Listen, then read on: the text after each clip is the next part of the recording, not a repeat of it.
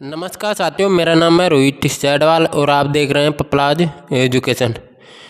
तो दोस्तों, वीडियो में आगे बढ़ने से पहले मैं आपसे छोटी सी रिक्वेस्ट करता हूं, प्लीज़ आप हमारे चैनल पर पहली बार आए हैं तो प्लीज़ चैनल को ज़रूर सब्सक्राइब कीजिए और बेल आइकन को ऑन कीजिए ताकि आने वाली नोटिफिकेशन आप तक पहुँचते रहे। तो दोस्तों, सबसे पहले आप अपना नाम लिख लीजिए। जैसे मैंने लिख रखा है रोहित सैडवाल, कक्षा B.Ed फर्स्ट ईयर या सेकेंड ईयर, जो भी आपकी कक्षा है। विषय सामाजिक अध्ययन, प्रकरण सम्राट अशोक।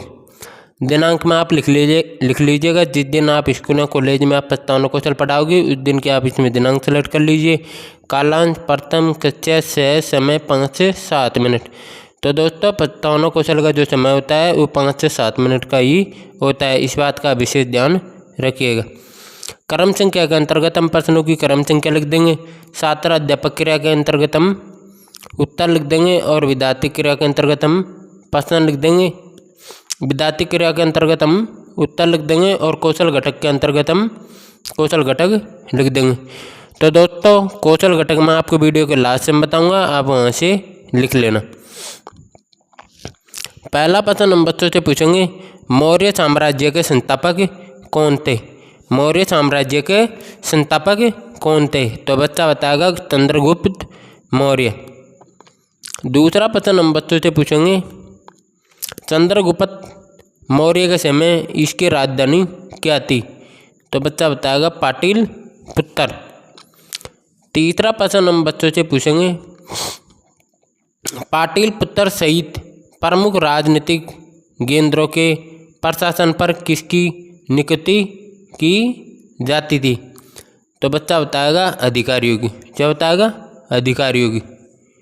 चौथा प्रश्न हम बच्चों से पूछेंगे, अधिकारियों पर अंतिम नियंत्रण किसका होता था? तो बच्चा बताएगा सम्राट का। क्या बताएगा? सम्राट का। पांचवा प्रश्न हम बच्चों से पूछेंगे, सम्राट अशोक के बारे में आप क्या जानते हैं? तो दोस्तों, कोई भी बच्चा इसके बारे में जवाब नहीं दे पाएगा, सारे बच्चे मौन रहेंगे। मौन रहेंगे तो प्रश्न क्या हो जाएगा? समस्यात्मक हो जाएगा। यानी कहने का मतलब ये है कि पांचवा प्रश्न जब बच्चा नहीं बताता है तो उसका प्रकरण निकल कर आता है सम्राट अशोक। तो हम सम्राट अशोक के बारे में बच्चों को समझाएंगे, इसके बारे में पढ़ाएंगे, हमें क्लास में बताना होगा आपको। इसलिए बच्चों के लिए क्या बन जाता है? समस्यात्मक बन जाता है, क्योंकि बच्चों को इसके बारे में कोई पता ही नहीं होता है। तो हम इसमें क्या लिखेंगे? समस्यात्मक लिखेंगे। फिर दोस्तों, आपको उद्देश्य कथन लगाकर आपको लिखना है। अच्छा, तो बच्चों, आज हम सम्राट अशोक के बारे में विस्तार पूर्वक अध्ययन करेंगे। किसके बारे में करेंगे? सम्राट अशोक के बारे में क्या करेंगे? अध्ययन।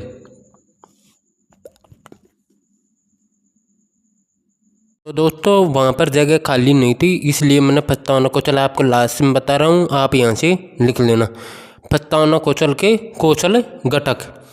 तो दोस्तों, आपको प्रस्तावना कौशल के कौशल घटक आपको कैसे लिखना है, प्रश्न लिख रखे हैं और कौशल घटक। जो पहला प्रश्न है उसके सामने आप लिख लीजिएगा पूर्व ज्ञान का उपयोग। दूसरे प्रश्न के सामने आप लिख लीजिएगा क्रमबद्धता।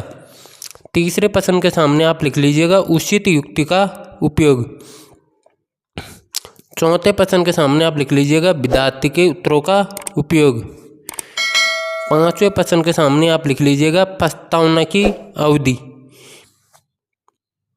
तो दोस्तों, इस प्रकार से आप इस प्रस्तावना कौशल को आप प्रश्नों के सामने आप लिख लीजिएगा। तो दोस्तों, आशा करता हूँ, उम्मीद करता हूँ आपको ये वीडियो बहुत अच्छी लगी होगी। तो प्लीज़ चैनल को सब्सक्राइब कीजिए और बेल आइकन को ऑन कीजिए ताकि आने वाली नोटिफिकेशन आप तक पहुंचती रहे। जब तक के लिए जय हिंद, जय भारत। फिर मिलते हैं हम आपसे नेक्स्ट वीडियो के साथ में। जब तक के लिए जय हिंद।